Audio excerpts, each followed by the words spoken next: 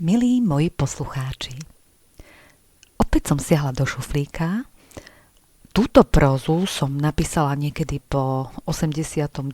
roku a keďže je trošku dlhšia, začnem dnes prvou kapitolou.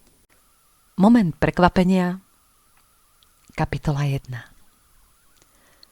Pomalým smutným krokom kráčala halou, vyslanou dlažbou, zvanou Čadič. Tá luxusná dlažba, akvárium ligotavých rybičiek či dokonale vykladané klenby, to všetko boli pozostatky z bývalého režimu, socializmu. Ilúzia vládcov robotníckej triedy už pominula, namiesto nej ju vystriedala realita, kde bohatí sa stávali bohatšími, chudobní chudobnejšími, ktorú však ľuďom ospravedlňovali tým, že nepríjemné zmeny sú nevyhnutné v mene lepšej budúcnosti. Kráčala halou. Hučali stroje. Vlastne nebol to ani krok, ale kolísanie z nohy na nohu. Bolo 20 hodín a ona bola už dosť unavená. Ešte 2 hodiny a bude mať po šichte, vzdychla si. V diaľke bolo vidieť robotníkov v monterkách s prilbami na hlave. Pripomínali jej mravce, usilovné mravce a ona bola jednou z nich.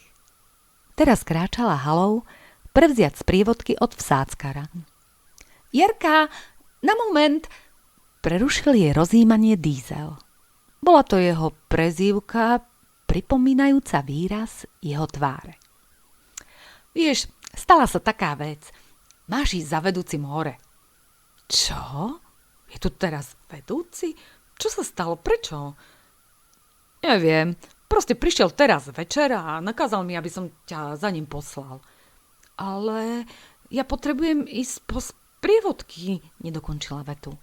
V pohode, ja za teba zaskočím. Vraj je to súrne, tak utekaj. Vlastne neutekaj. Bezpečnosť na prvom mieste, zvolal Šibalský za ňou. Jarka, zavolal som si vás kvôli delikátnej záležitosti. No, ako by som vám to... Hľadal slová vedúci prevádzky. Škrabal sa pritom za hlavu. No, viete o tom, že pán Smerek sa stal novým generálnym riaditeľom? Áno, ale nerozumiem, prečo sa ma na to pýtate. Nechápavo na neho pozerala. Viete, pán generálny ma poprosil, aby som raz a navždy vyriešil tú jeho vec s jeho synom. Pozeral pritom na Jarku a čakal, ako bude reagovať. Ale Jarka nechápavo mlčala. No, viete, o čom hovorím, všakže. Nie, prekvapene odvetila. Ale no tak, Jarka... Pán generálny si nepraje, aby ste spolu naďalej udržiavali známosti. Aké známosti? Veď sme kolegovia. Ale Jarka, veď každý to už o vás vie. Ľudia nie sú slepí, netreba zapierať. Čo o nás vedia? Udivene sa opýtala. Pozrite sa na rovinu. Pán generálny si nepraje, aby ste jeho synovi balamutili hlavu, no. Ja? Veď ja nikomu hlavu nebalamutím. Veď iba sa rozprávame, veď... Uvedomte si, vy ste zrelá žena a on ešte taký ušiak. Veď vy by ste mali mať rozum. Ale veď ja s Mirom nič nemám. V tom sa rozleteli dvere a dnu vtrhol nervózny, dokonalo nažehlený tučný pánko a Jarka si uvedomila, že sa podobá na Mira. Ja som vedel, milá pani, že budete zapierať, ale zbytočne, lebo Miro sa mi priznal. Ja mám s ním však iné plány a nenechám si ich nikým kaziť, je vám to jasné? Teraz to ešte nechce pochopiť, je tvrdohlavý, mladý, naivný, neskúsený, ale jedného dňa mi bude ďakovať. Veď vy, ako matka 2 detí, vy by ste ma predsa mali vedieť pochopiť. Karal ju ako malé dieťa Už ani nevnímala jeho prednášku, urážky. V duchu sa pýtala samej seba, či sa jej to nesníva. Čím viac zvyšovala hlas, tým viac sa nezmohla ani na slovo. Zároveň si uvedomila, ako sa jej začalo triasť telo. Hanbila sa, ale vôbec nevedela prečo. Pozrite sa, mladá pani. Veď, aj keby ste mi začali tvrdiť, že máte rada môjho syna, tak potom mám ešte väčší dôvod vás žiadať, aby ste myslela na jeho šťastie do frasa a nechala ho na pokoji.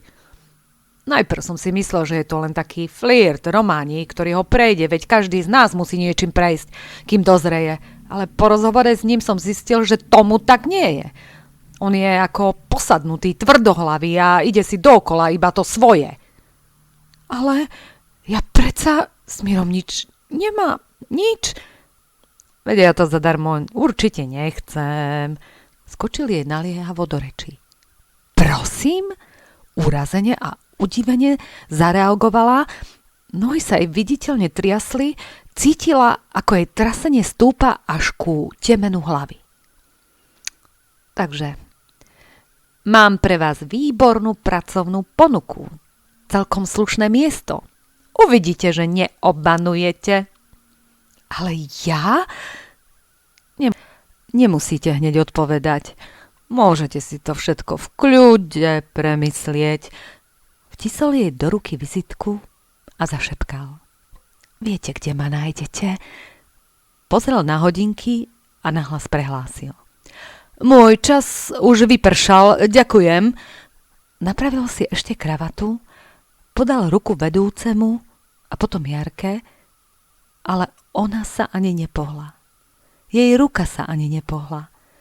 Nemo sa len dívala, čo sa deje okolo nej. Bol to pre ňu teda poriadne silný moment prekvapenia.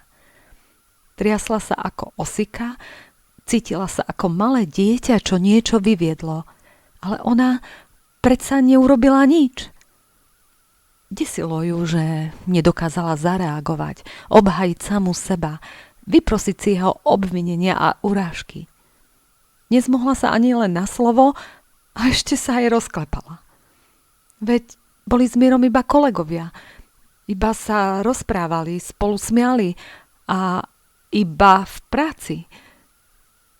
To, že ona si začala uvedomovať vo svojom vnútri, že je naozaj šťastná, keď ho vidí a teší sa na jeho prítomnosť stále viac, to predsa vie len ona. To nemôže nikto vedieť. Alebo je to vidieť? Zmetená sa pohla smerom do haly.